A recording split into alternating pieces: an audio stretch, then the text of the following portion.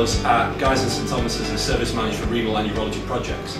My first job was an HR manager position with Eastern North Hearts, NHS Trust. I moved up to a general manager's role in Addenbrooke's. So I started looking for jobs while I was on my flexi placement and was fortunate to get a job at what was then Chase Farm Hospital's NHS Trust as a business manager.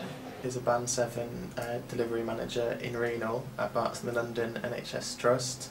My first role was a Band 6 HR advisor, also at Oxley's. So my first job was service manager for dental at Guy's and St Thomas's Trust.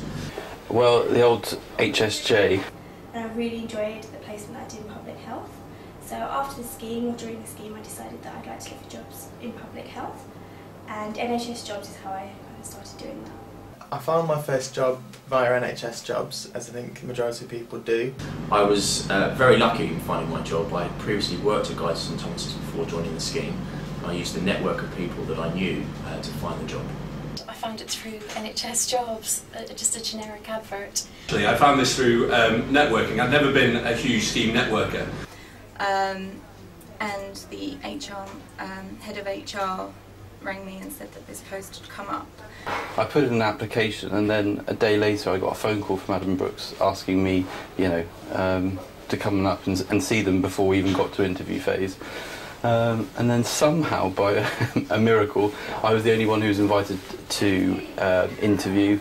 Got interviewed by the Director of Operations, the kind of Divisional Director of Operations, and two professors, Cambridge professors. It's quite a daunting presentation to start with, but it put me through my paces, and they decided that it was a good idea to bring me up. But I had a friend who worked in HR and had recently moved to London and worked at Guy's, and was doing an investigation with another ex-scheme person who had started in finance and moved to operational management, similarly to what I'd wanted to do. And she knew that I wanted to move into operational management, and therefore kind of arranged for me to meet with this person to get some advice, to get some insight how he had made that change. So I ended up meeting him for a coffee.